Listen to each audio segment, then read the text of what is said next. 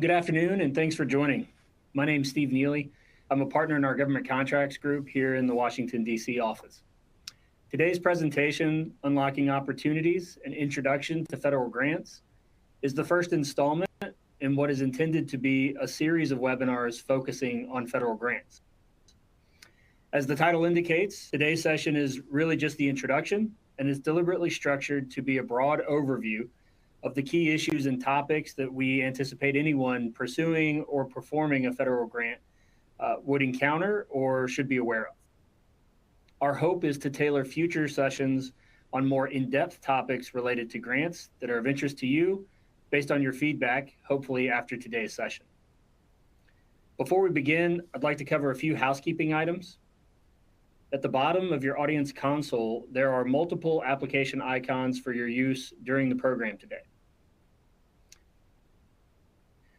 Available for today's program. To turn on the closed captions, click the CC button in the bottom right corner of the media player box. If you have any questions during the webcast, please submit them via the question box. I'll try to answer all the questions during the webcast today, but if a full answer is required or if we just run out of time, I'll follow up afterwards via email. I've put a number of poll questions in today's presentation. They are not intended to gauge how closely you're paying attention, but rather it's just my attempt to get some level of audience participation in this webinar format. The PDF of the presentation and the slides that is available in the program materials folder. The program has been approved for legal education hours. For live attendees, you can report your hours by clicking on the CEU icon at the bottom of the screen. A certificate of attendance, including the course numbers, will be emailed to you tomorrow, along with a recording of the webcast for watching and sharing.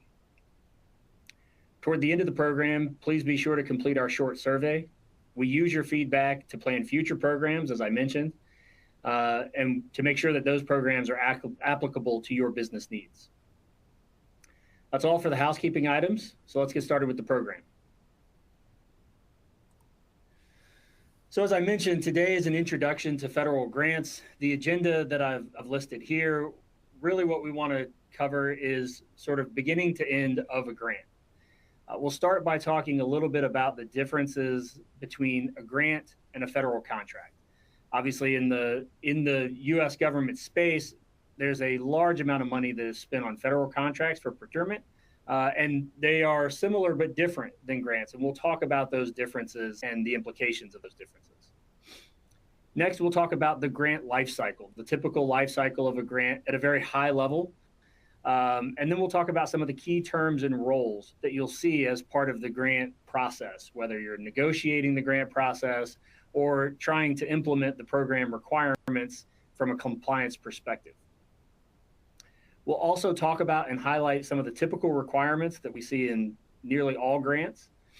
And we'll talk about some of the consequences of noncompliance.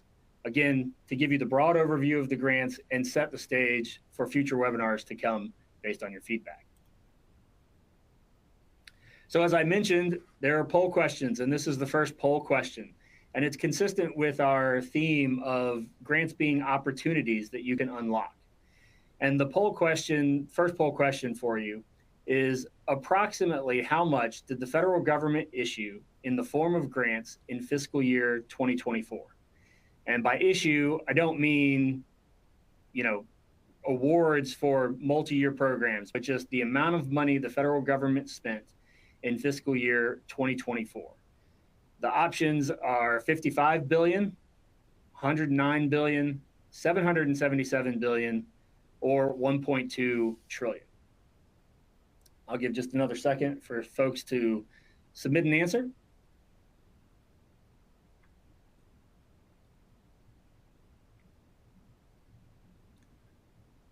All right, we've got close to 100 responses. Let's see how they break down. So the two most common responses, 109 billion and 777 billion.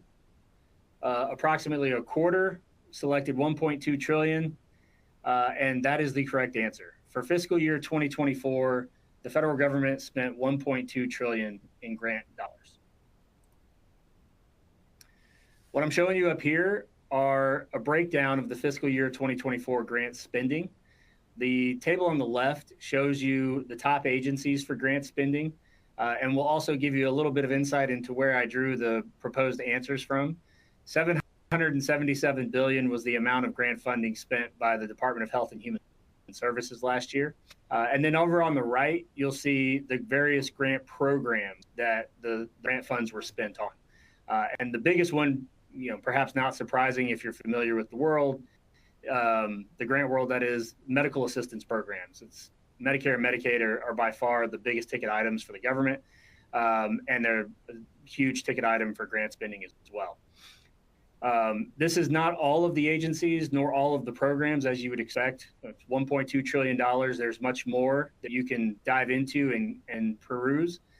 This is all from the website usaspending.gov, which is a great resource if you're curious about how federal money is being spent, who's receiving those dollars, whether that's in contracts, grants, et cetera. And I've just pulled it directly there. So if you'll bear with me, I've got another poll question to start off at the bat. And this is really more of a getting to know your audience question. And the question is, we just talked about how much money the government spent on grants in fiscal year 2024. This question is, how much grant money did you or your organization, just out of curiosity? The answers that I've proposed here, less than $5 million in grant funding, anywhere from 5 to 10 million, 10 to 50 million, or more than 50 million. Started low so that we can get a broad array. And this is really just to understand the audience today, how familiar folks may or may not be with grants, and perhaps I'll speed through some areas and focus more on other areas based on the responses. And if there's not a zero option, then I'm sorry, I should have put that. If you don't do any grants or are interested in doing them, we're obviously glad you're here, but just go with the less than 5 million option. And let's see the results.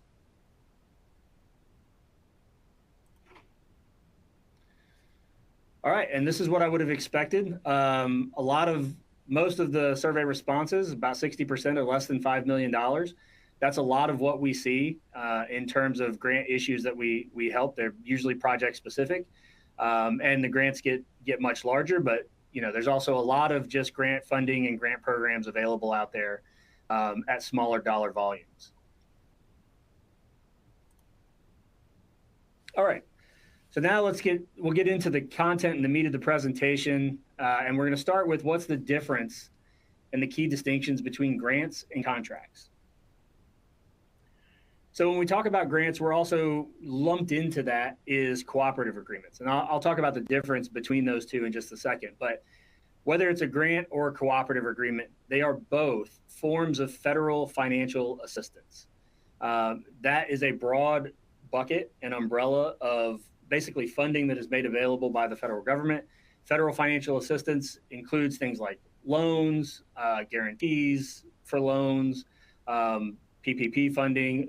There's just a broad array that goes much beyond just grants and cooperative agreements. But at heart, grants and cooperative agreements are financial assistance. In contrast, contracts are acquisitions of goods or services, right? That is, the government is buying some sort of good or service for its benefit or its use. Whereas with a grant, the grant or the cooperative agreement, it serves some public purpose. Now, certainly, if you look at DoD, for example, the Department of Defense spends a significant amount of money in contracts to acquire goods and services. And yes, of course, public purpose to have a well-funded armed services. But the things that they are acquiring are for their use. The public purpose that is served or supported by a grant or a cooperative agreement is a more policy-based sort of goal. Another key distinction between grants and contracts are that grants are by and large cost reimbursement, right? The federal government is giving you money.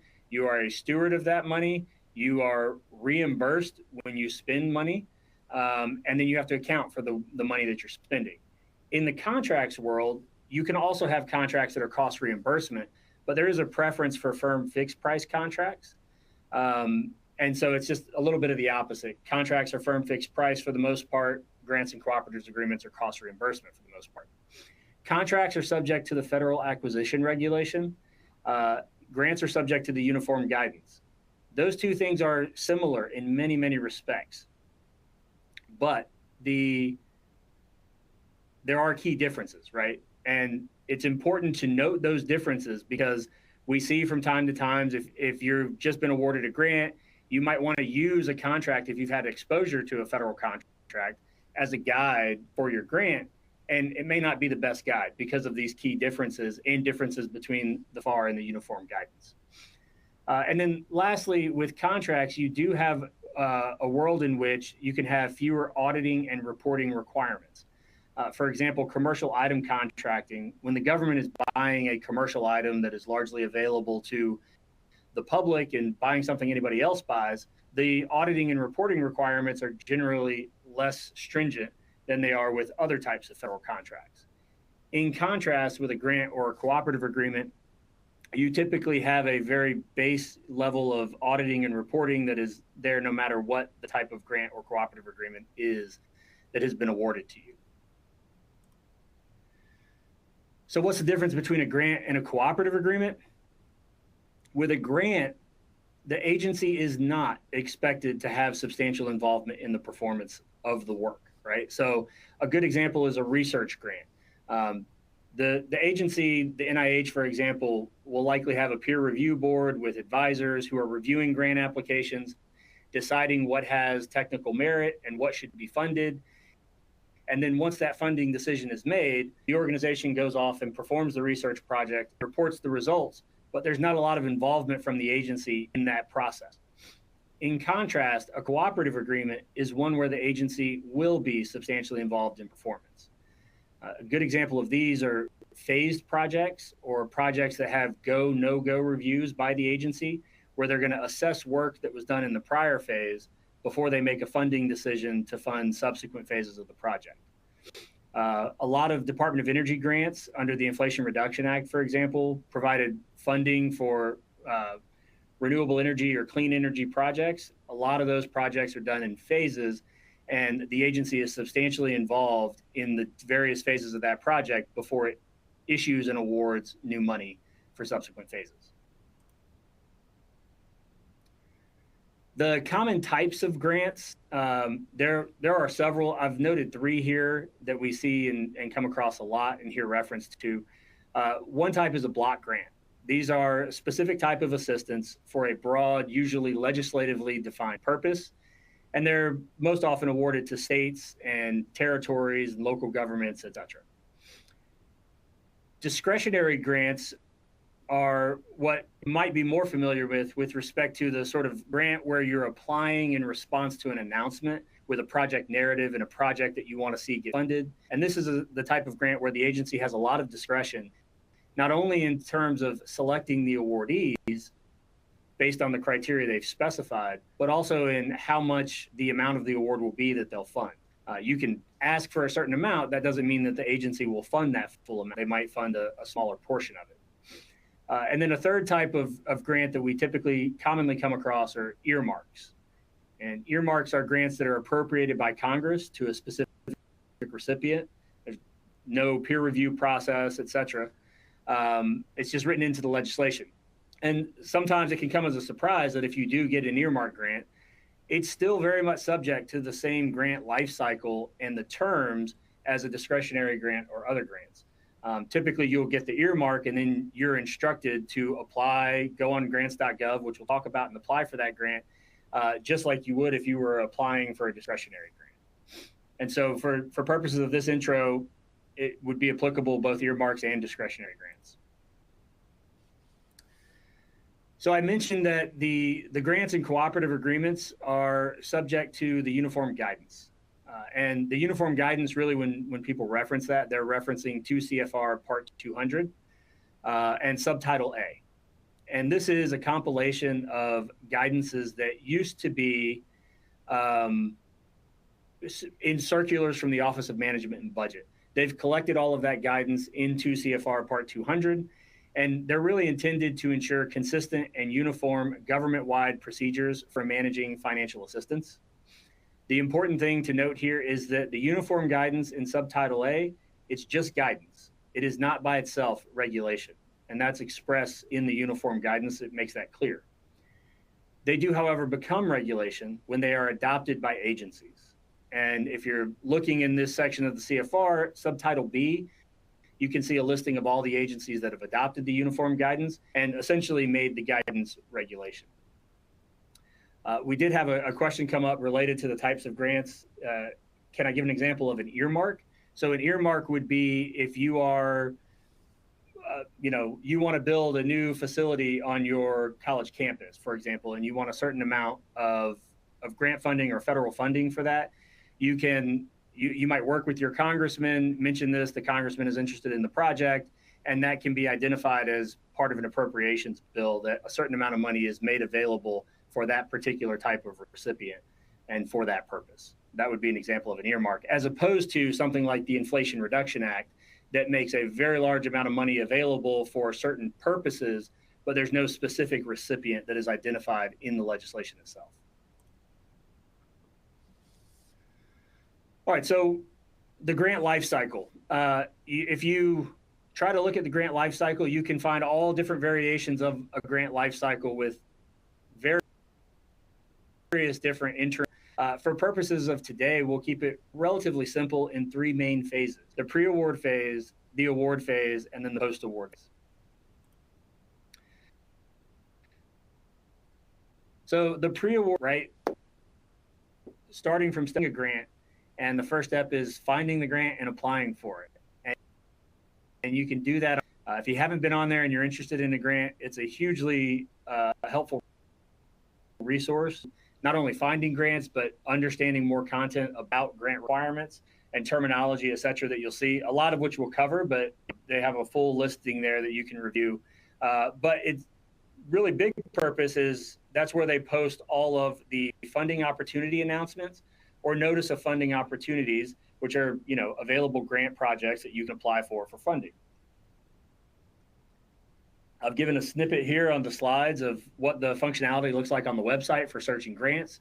You can search them by keywords, assistance listing number, or the opportunity number, and you will get a result that looks largely like this table with the opportunity number on the left, what the project is, the agency, and when the responses are due. So the real key when applying for grants is very much like federal contracts, if you're familiar with those. The requirements, eligibility, instructions, what the agency is looking for, it's all in that funding opportunity announcement. And that's really going to be your guide for your application for that federal funding. You'll have to register. You can register on grants.gov, and you'll want to check the program-specific instructions that are in the funding opportunity announcement because the agency can add additional instructions besides just the basic requirements that you would normally see. A large part of the application process for a grant, as you would expect, is the project narrative, right? And that's often going to be based on your subject matter expertise and technical expertise for who's applying for the project and how the project that you're proposing meets the objectives that are in the funding opportunity announcement. But the fact that, technical teams that write project narratives may or may not have the bandwidth to fill out all the other requirements for a grant. And so we frequently get questions about, are there resources available to help write a grant, to help apply for a grant, et cetera? And certainly there are. There are grant consultants that will help put grant applications together. Even law firms like ours can and have helped using proposal writing resources that we have to work with the client to put grant applications together. So you can get that sort of requirement, but really what's going to be critical is your project narrative and how it meets the objectives the agency is trying to support, that public purpose that they are authorized to spend the money for. I will also caution, particularly when working with broad term, that as part of the grant application process, there is a lobbying disclosure requirement. As part of federal law, that as part of a grant application, you have to disclose any lobbyist that has made lobbying contacts on your behalf with respect to the grant. And you also have to certify that you will not use federal funds to pay the lobbyist, because the government doesn't want you to use its money to lobby it. lobbying contact is defined quite broadly. It's any communication, oral or written, on behalf of a client regarding the administration or execution of a federal program, which includes a grant. And so we see circumstances where a consultant, particular entity that you're working with, might have both functionalities, might have a consultant aspect where they can help write the grant and also a lobbying aspect. And you just want to be cognizant of that difference. There is a very distinct definition of lobbyist, and really it refers to people who are required to register as lobbyists. And there may be a circumstance where someone is making lobbying contacts on your behalf, but they're not registered as a lobbyist. It's just something to be aware of and have that conversation with the consultant to understand whether you need to include a disclosure as part of your certification, number one. But then number two, and probably more importantly, is being very cognizant of that line of if someone is making lobbying contacts, you're not paying them with federal funds, which is prohibited.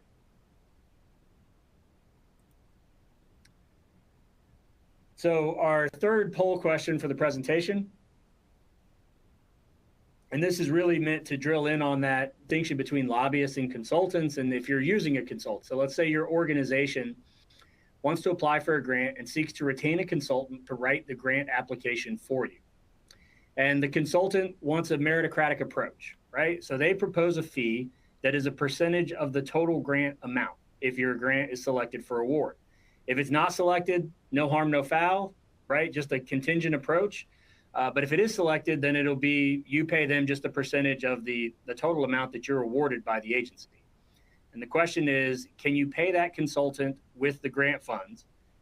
Let's say you are successful and you're awarded and now you owe a percentage of that amount. Can you just charge it to the grant that you've received? I'll give another second just to, only two options, easy one, yes or no.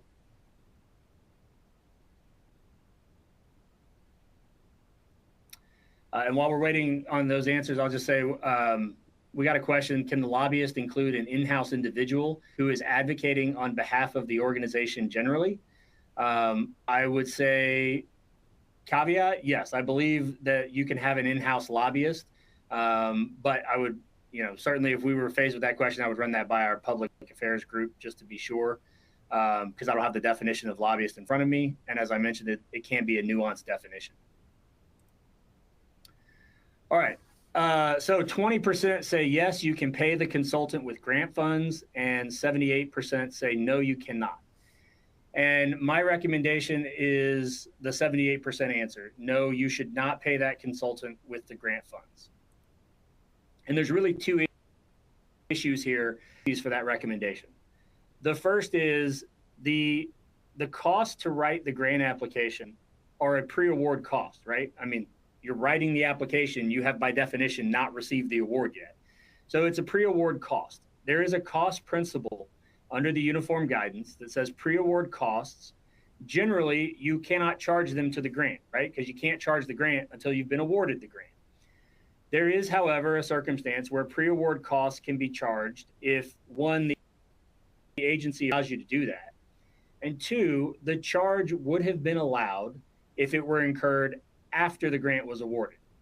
So a good example of this would be, let's say you have a project to install, a lot of equipment and some of that equipment is long lead items, right? So they say, well, yeah, I'll give this to you in 2026, but you got to place an order and pay a deposit right now in December 2024.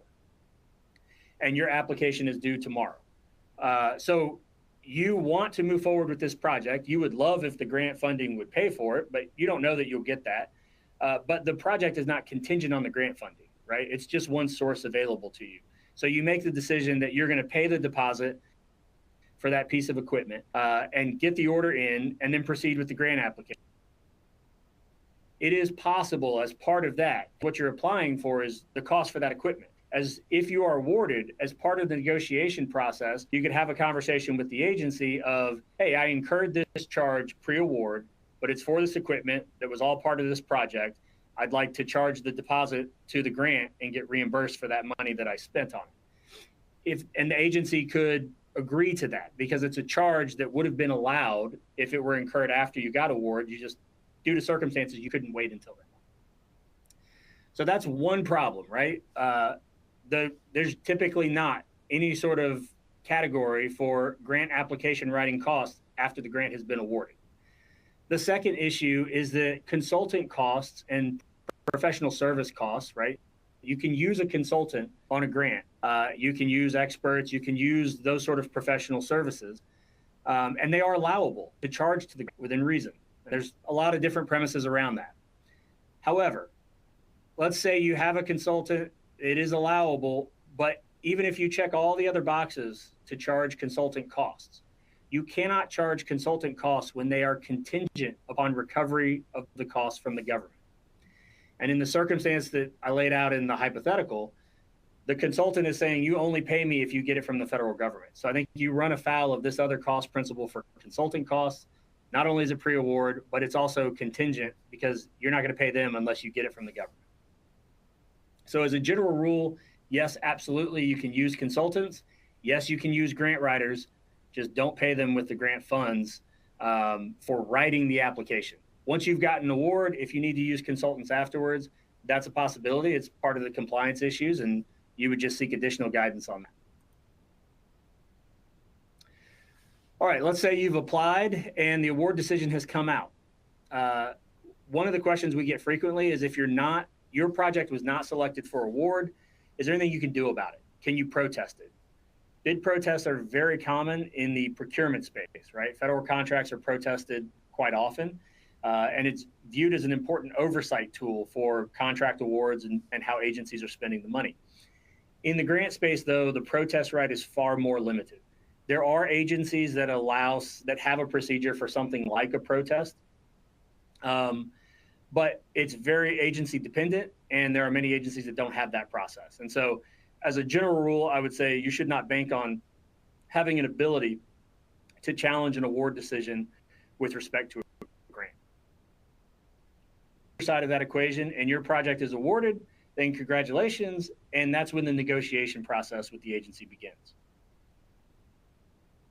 And when I say the negotiation process, really what we're talking about is a sort of modified negotiation. Oftentimes what you'll see in the first document you'll get from the agency are the standard terms and conditions. And they provide that for your review, and you might be thinking, oh, this is my review, and let me identify what I'm going to push back on.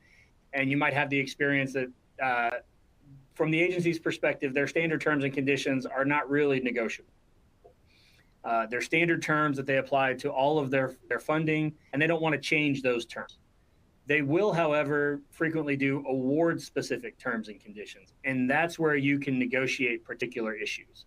And so if you see something in the standard terms that you're concerned about, you can raise that with the agency and then put that in the award-specific terms where you're saying, I'm subject to the standard terms, but then in the award-specific, you say, notwithstanding what's in the standard terms, here's what we're actually going to do.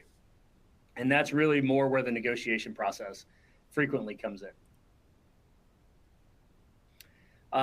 After you've negotiated the award, obviously you have to implement it and execute it. And that implicates terms and typical requirements that I'll address as part of the latter part of this presentation. But the final stage of the grant life cycle, the post-award phase, and the closeout.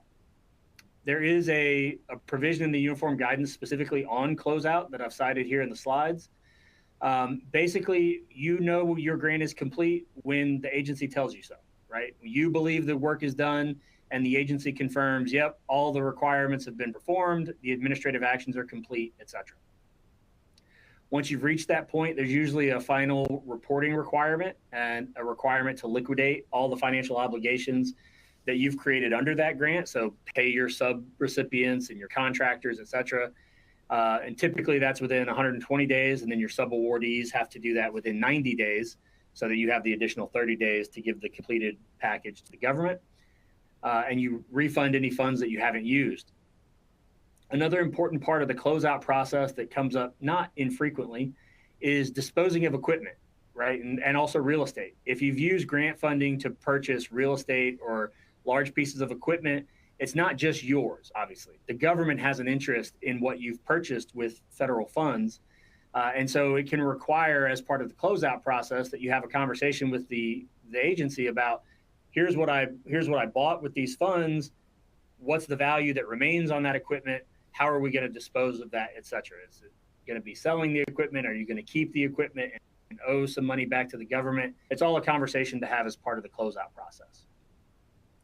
And then the last thing I would just flag is that although you're done, you're not done, because the agency still has, and you have an obligation to retain records under the grant for up to 3 years.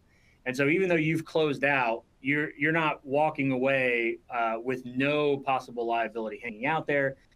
There will be post-closeout audits, and the government has the right to raise any findings they have as part of that audit process and address that with you. So now we'll talk about some of the key terms and roles that are involved in things for you to be aware of as you negotiate grants and implement them. And the first relates to funding, and 3 terms that are thrown around a lot, but they have very distinct meanings, right? The first is an appropriated amount. This is the amount that Congress has authorized to be spent for a specific purpose by one or more agencies. The approved amount is the amount the agency is willing to fund, but the money's not yet committed, right? So it's there, they're planning to give it to you, but they haven't given it to you yet. And then the obligated amount is the amount the agency has committed and and they now have a definite liability for that amount. So you'll see this sometimes in grant applications or grant agreements rather, where they'll say your project has been approved for a maximum amount of X, and we have obligated the funding for the current budget period year. So when you think about it in these terms, the simplistic analogy I like to use is, related to the holidays, it's a pie, right? The appropriated amount is how big of a pie the government has baked to be given out. The approved amount is how much of the pie the agency is willing to give you, and the obligated amount is the size of the slice they put on your plate. Sometimes the agency will obligate the full amount and give you the full slice at the very outset, but not always, particularly not with multi-year projects with different phases and review points.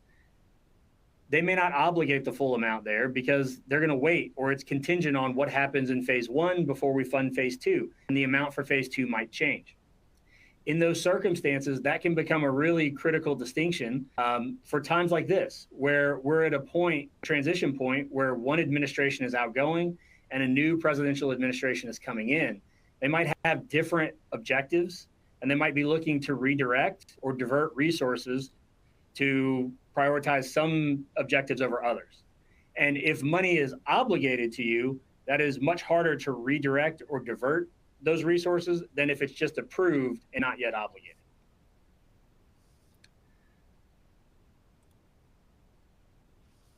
Some other key terms are non-federal entity. This is defined as a state, a local government, a tribe, or an institute of higher education, or a nonprofit organization. These are the entities that receive the funds from the federal awarding agency. The recipient is the non-federal entity that receives the award. And then you'll also see reference to a pass-through entity, where basically it's the funds are flowing through that entity from the federal awarding agency to someone lower down the chain. When you look at the definition, the pass-through entity is a non-federal entity that makes a subaward to a subrecipient, which is basically a recipient is the pass-through entity. I've put an asterisk by this in the definition of non-federal entity, right, to highlight nonprofit. That is in the definition a not-for-profit organization, and it leads into our next poll question for the audience, which is, because the definition of non-federal entity says not-for-profit organizations, it stands to reason that for-profit organizations are not non-federal entities and therefore cannot be deemed recipients or subrecipients of federal grant funding. Yes or no? True or false?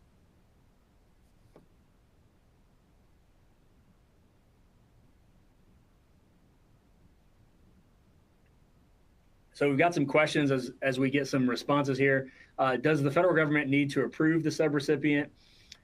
Yes, typically, in most of the grants I've seen, the government is wanting to see who the subrecipients are and will approve the subrecipient.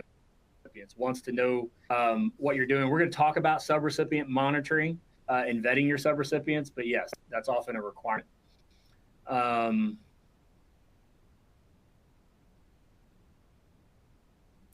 We've got another question in about the funding questions and how you don't want to commit work without commitment of payment, which is certainly understandable.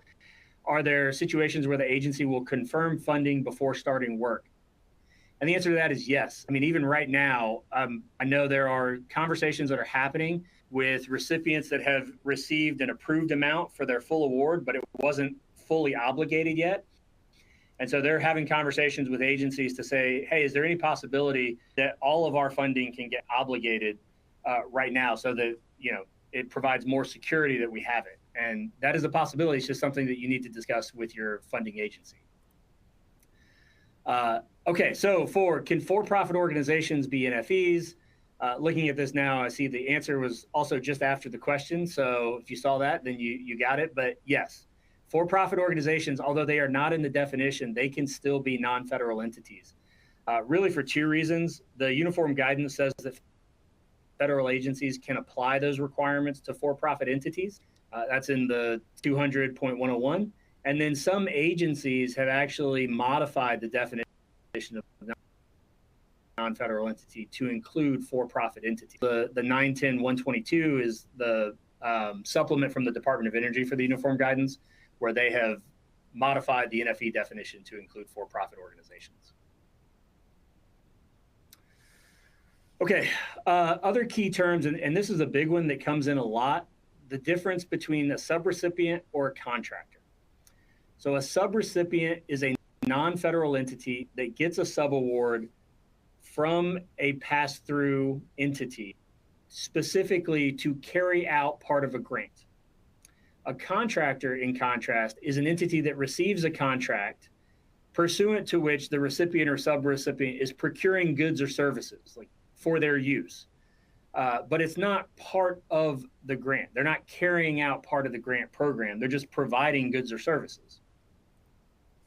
So the uniform guidance does have a provision that really talks about the characteristics between a subrecipient and a contractor. And I've listed them up here for you.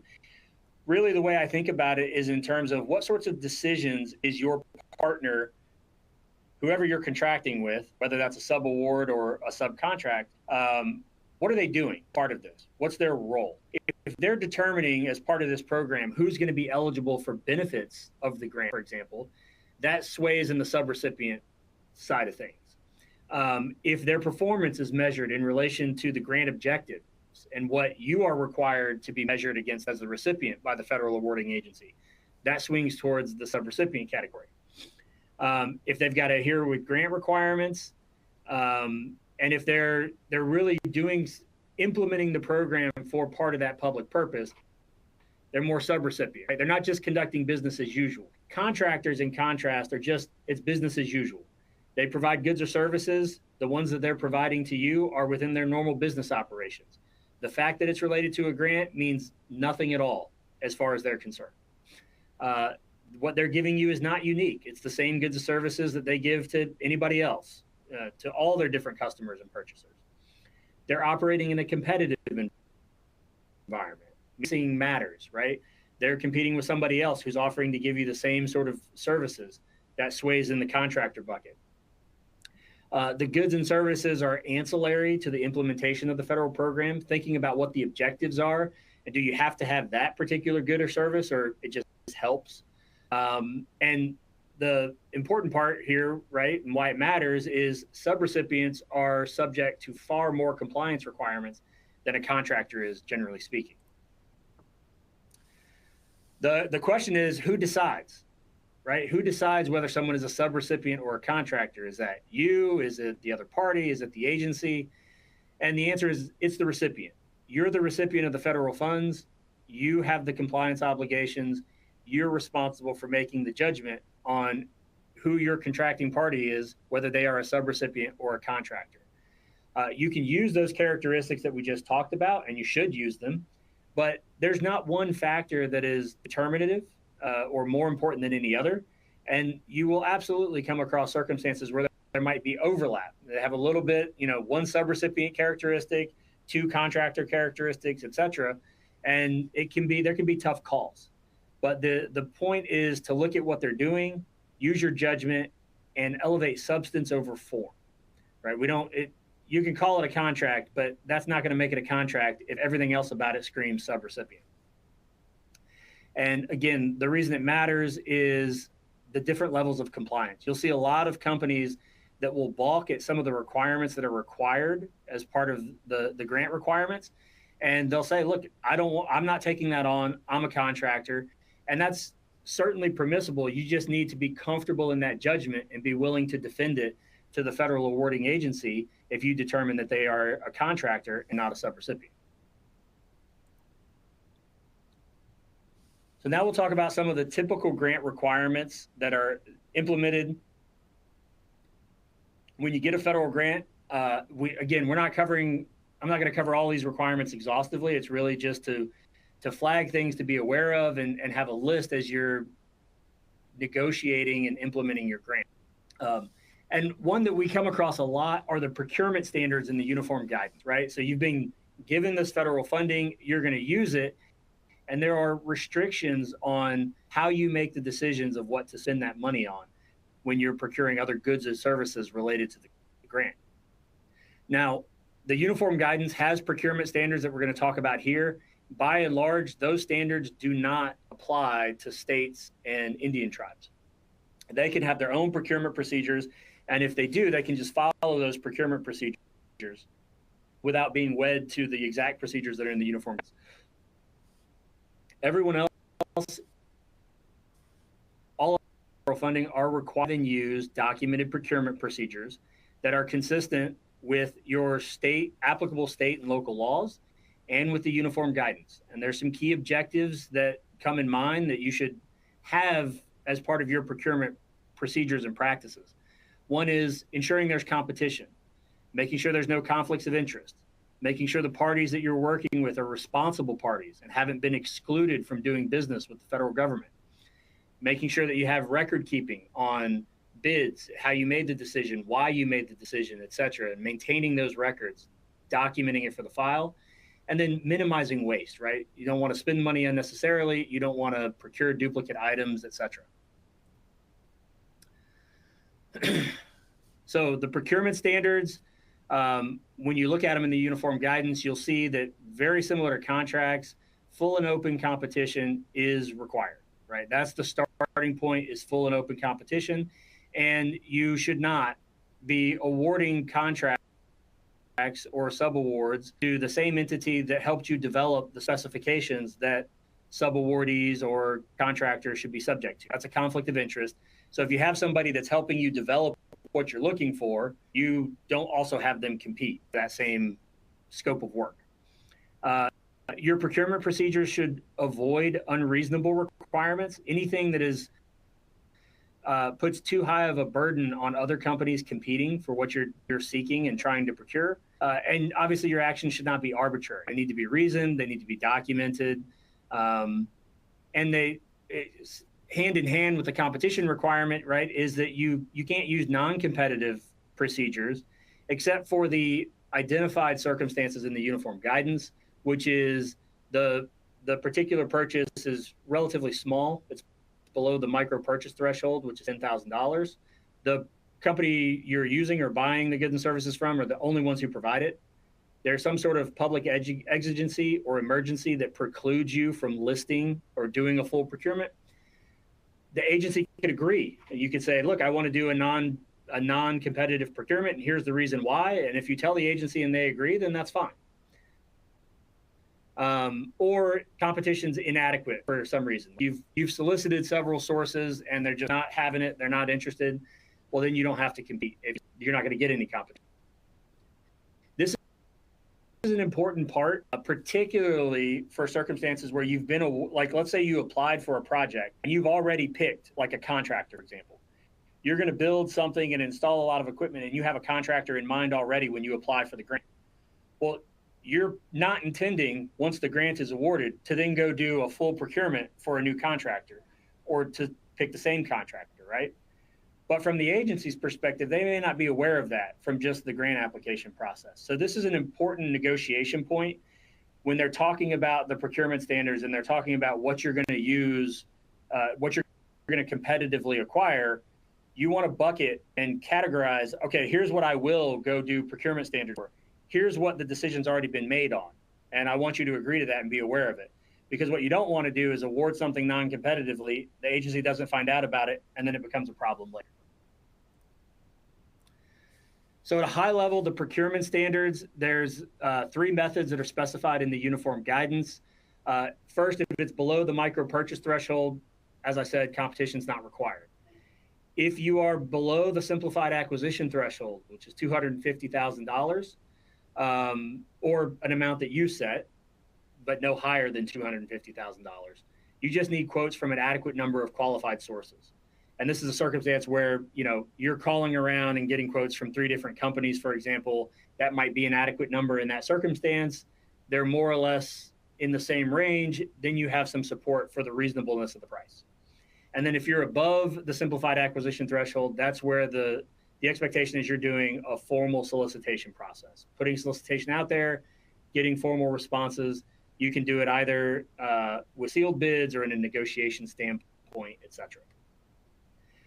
Pre-procurement reviews are often required. This is where you're going to tell the agency what you're procuring and how you're going to do it. And they will often review the procedures that you're going to use and get comfort around your particular procurement procedures and that they meet these procurement standards.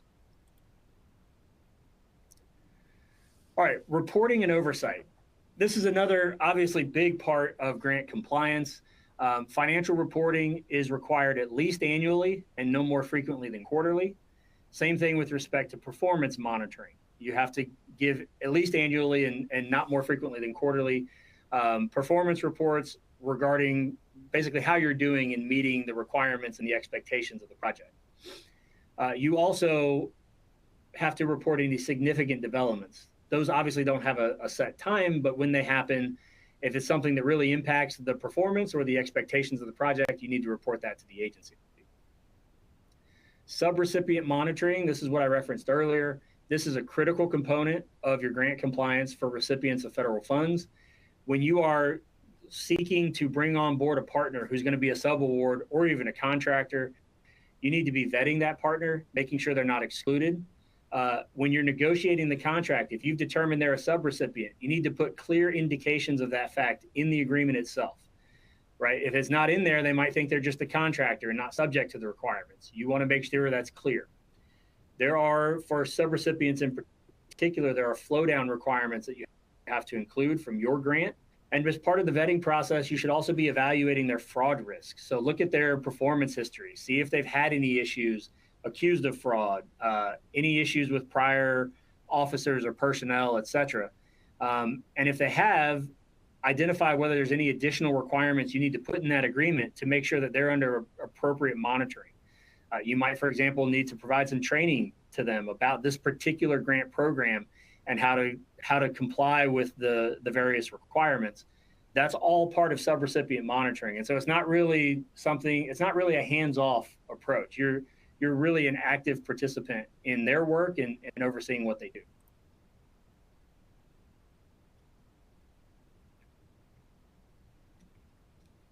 Related to the monitoring and the reporting and the oversight are internal controls and mandatory disclosure. The mandatory disclosure, there's a mandatory disclosure rule in federal contracts that you may be familiar with. It's slightly different in the grant space, but largely the same. And that is, you must disclose credible evidence of the commission of fraud, a violation of criminal federal law involving fraud, conflict of interest, bribery, or gratuity.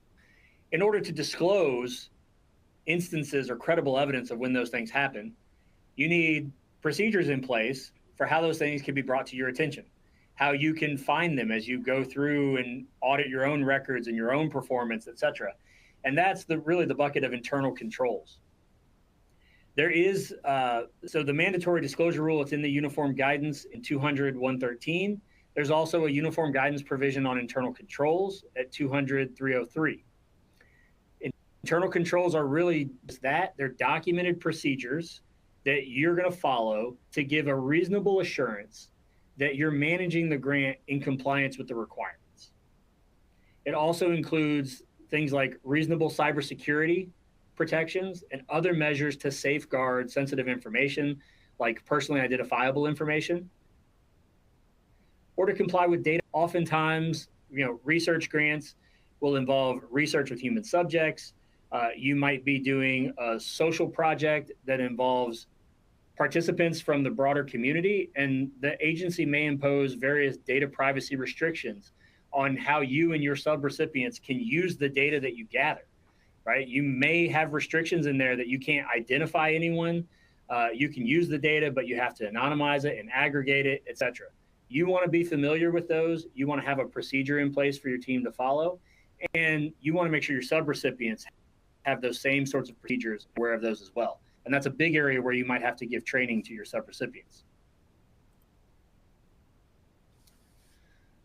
Time and effort reporting and outside activities. So compensation under federal grants. I personally feel probably the most questions on grants related to compensation and effort reporting. And the uniform guidance requires that compensation charges have to be based on records that accurately reflect work that is performed. And they may be subject to salary cap. So the budget estimates, when you go to apply for a grant, you might put in there, okay, John's going to work on this grant. He makes a salary of X, 50% of his time will be there. So I'm going to budget 50% of his salary. That doesn't mean that you get to just charge 50% of his salary because that's what you put in your budget, right? John obviously has to do the work, spend the effort. It may be John, it may be someone else. But in the performance, you need to have the record, some sort of system in place to track the effort that is being spent on the grant and to support when you charge the amount for someone's salary or their compensation, you have records showing that they actually spent that time and that effort on the performance of the work. The other thing, when we're looking at time and effort and compensation, et cetera, it's generally tied to 100% level of effort. If you're, part of an institute of higher education, a university, for example, you probably more often hear institutional-based salary or IBS. That's what that's referred to. It's 100% of the duties that they perform for the university. You can't have activities, professional outside activities beyond what they do for you that they're also compensated for.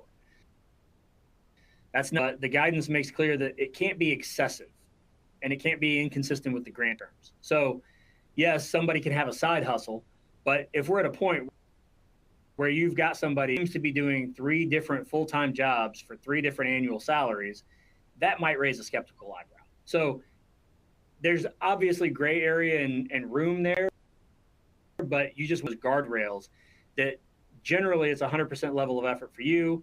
And if somebody is vastly exceeding what a reasonable person could do in a year, that might also be a cause for concern. The other thing is unless you've hired someone specifically and only for the grant, you obviously are only charging part of their compensation to the grant. You want to make sure that those charges are distributed across all the activities and all that they do for you. So if you have someone, even if they were hired for the grant initially, but they're also supporting, someone, shouldn't be charging all of their compensation to the grant because they're doing work for other activities within your organization. Profit and program income prohibited for recipients and subrecipients, right? It's cost reimbursement. It's for a public purpose. It's not a public purpose to, have organizations make money. So generally it's prohibited. But there is program income, which is income, gross revenue that you have earned as a result of the program that you've implemented with those federal funds. And you can generate income. And the income that you generate from that program generally has to be used for the grant purpose. And it can be addressed in one of 3 ways. It can offset the grant amount. Basically, whatever your costs are in performing that program, if you generate revenue, then the cost you bill to the grant, you first subtract the revenue that you get, right? And then what you bill to the grant would be a lower amount than what you got approved for. The agency can agree to let you use program income in an additive fashion, which basically increases the grant amount. So you can charge the cost of the grant, and then you generate program income, and that doesn't have to offset your costs. And then a third option is the cost sharing, where if you have a cost sharing obligation as part of the program, you can say, well, I'm going to generate this program income and I want to use that for my cost sharing, and the agency can agree to that as well. This is something that will be addressed as part of the negotiation process after you're awarded the grant and you're doing those award-specific terms and conditions. Audits, as I mentioned, are a requirement of all the grants. And in fact, if you spend $1 million or more during a fiscal year in federal awards, you are required to have a single audit, which covers your financial statements, your internal controls, and your compliance generally. It also covers your full operations, not just the particular grant program. And that's to make sure, obviously, that you have the procedures in place to comply and properly account for costs, et cetera. There is an option for a program-specific audit, which is just limited to that program. That's really only if you're getting funds, and there's no requirement for a financial statement audit. Intellectual property, also a very common topic, not only for research grants, but other types of grants, because you might be bringing some of your own IP. You might be planning to use this project to develop something that you want to commercialize. So this is always an important negotiation topic. Typically, copyright vests in the recipient or subrecipient, but the agency gets a royalty-free license and can authorize others to use it. For patents and inventions, the key word is subject invention. All right, this is something that is conceived or first reduced to practice in the performance of the grant. If you have a subject invention, typically you have to disclose it and elect to retain title, and you'll get to own the invention, but the government will get a paid-up license to use it. If you don't disclose it, that can result in government ownership. And I would just caution that not all the federal agencies follow that exact approach or start from that presumption that you own the subject invention. The Department of Energy and NASA in particular are two where they have a different starting presumption, but they typically will allow the applicant or the retain ownership of subject inventions.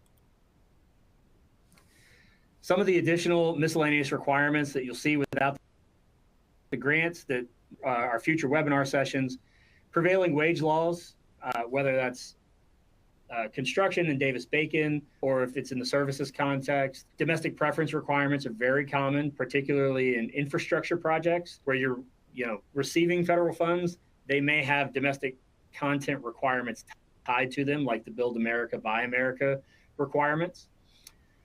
Grants also require compliance with the covered telecommunications prohibition, which is telecommunications equipment from a covered country, China, and companies that are owned and controlled by China. Also see in your grant requirements restrictions around corporate changes, like you have to notify the agency if there's a change in your board of directors. Those may or may not be harder for you to comply with or not. I've seen a discussion point in negotiations, particularly if you're a large entity and the program team may not have the insight into board of director changes to really report those timely. And then you'll also see restrictions on participation by foreign entities or foreign nationals. Sometimes that they're just not allowed to participate, or just notices that if they are going to participate, you give notice. So we'll wrap up here with the consequences of non-compliance. This is really right out of the uniform guidance.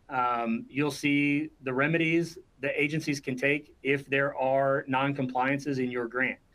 They can first look at imposing additional specific conditions.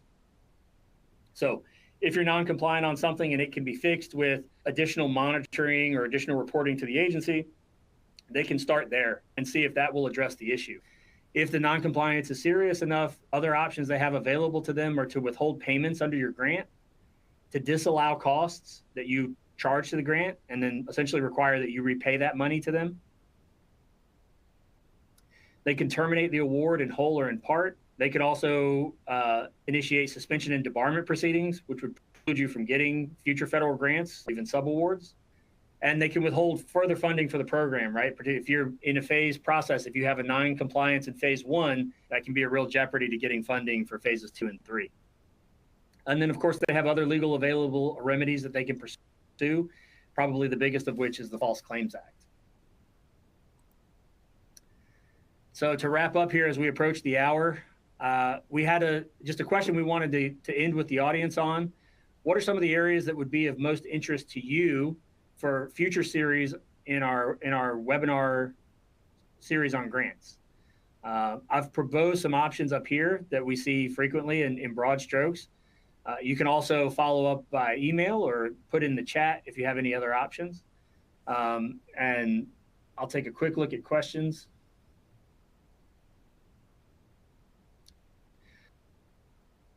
So one award audited, or does the awarding agency pick and choose? So there's really two components to that. With respect to auditing in terms of are you complying with the program requirements, the agency can always do that. But then there's also the requirements like the single audit requirement when you're above a certain threshold where you have to do a sort of full audit of your procedures and processes to ensure compliance. Another question for simplified acquisition, you don't have to take the lowest quote. You need to specify, if you're in a formal solicitation process, you need to specify the factors that you're going to use, and you can reserve the right to go to a higher quote. So we appreciate your feedback on some of these additional topics. Like I said, it will be, look for additional invites for those in the future. And thank you for joining us today. I know I didn't get to all the questions here in the chat, but I want to be cognizant of people's time, so I will review those and follow up. But otherwise, thank you for joining us today. We hope the information was helpful to you and your organization. As a reminder, the program has been approved for legal education hours. To report your hours, click on the CEU icon at the bottom of the screen. A certificate of attendance, including course numbers, will be emailed to you tomorrow, along with a recording of the webcast for watching and sharing. And please be sure to complete our short survey. As I said, we use the feedback to plan future programs that are applicable to your business needs. Thanks again very much for participating. This concludes our webinar.